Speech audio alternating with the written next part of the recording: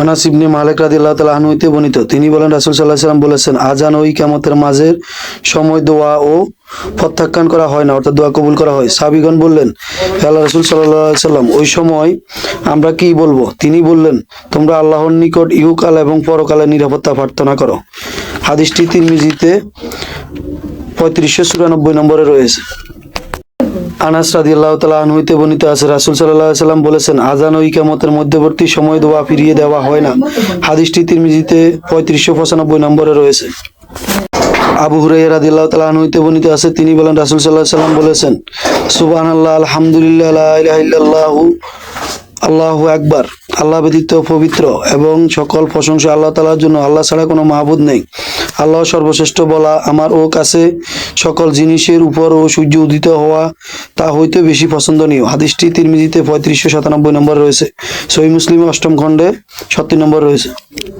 আবু হুরায়রা রাদিয়াল্লাহু তাআলা আনহু হতে বর্ণিত আছে, তিনি বলেন নবী সাল্লাল্লাহু আলাইহি ওয়াসাল্লাম বলেছেন, হে আল্লাহ, তো আমাকে তুমি ও যা শিখিয়েছো তা দিয়ে আমি তোমাকে উপকৃত করো, আর আমার জন্য ও উপকারী হবে তা আমাকে শিখিয়ে দাও, আমার ইলম জ্ঞান বাড়িয়ে দাও।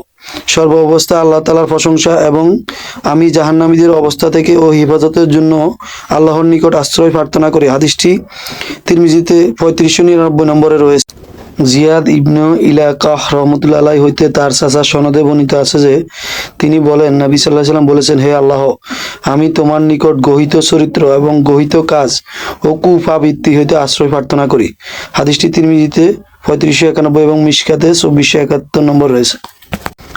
আবু হুরায়রা রাদিয়াল্লাহু তাআলা আনহু হতে বর্ণিত আছে, তিনি বলেন রাসূল সাল্লাল্লাহু আলাইহি ওয়াসাল্লাম বলেছেন, কোন বান্দা ও সততার সাথে লা ইলাহা ইল্লাল্লাহ বললে তার জন্য আকাশের দ্বারগুলো বা দরজাগুলো খুলে ফেলা হয়, ফলে উক্ত কালিমা আরশের ও আজিম পর্যন্ত পৌঁছায় যায়, যতক্ষণ পর্যন্ত সে কবিরা গুনাহ ত্যাগ করে বা কবিরা গুনাহতে লিপ্ত না হয়।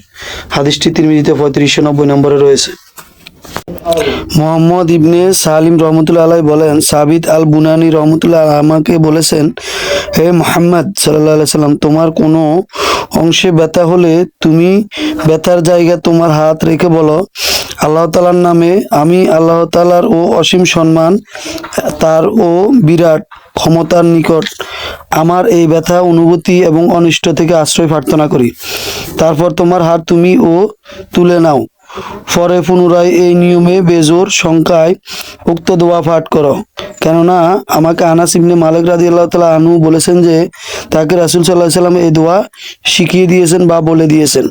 হাদিসটি তিরমিজিতে 3588 রয়েছে এবং সহিহ আবি দাউদ কিতাবে 1258 নম্বর রয়েছে। আমর ইবনে শুআইব রহমতুল্লাহ আলাইহি কর্তৃক পর্যায়ক্রমে তার বাবা ও তার দাদার সনদে বর্ণিত আছে, রাসূল সাল্লাল্লাহু আলাইহি ওয়াসাল্লাম বলেছেন, আরাফাতের দিনে দোয়া উত্তম দোয়া। আমি ও আমার আগের নবীগণ যা বলেছিলেন তার মধ্যে সর্বোত্তম কথা হইল, আল্লাহ ছাড়া কোনো মাবুদ নাই, তিনি এক, তার কোনো অংশীদার নাই, সর্বোত্তম তারই এবং সমস্ত কিছু তারই উপর সর্বশক্তিমান। হাদিসটি তিরমিজিতে 3585, মিশকাতে 2598 রয়েছে।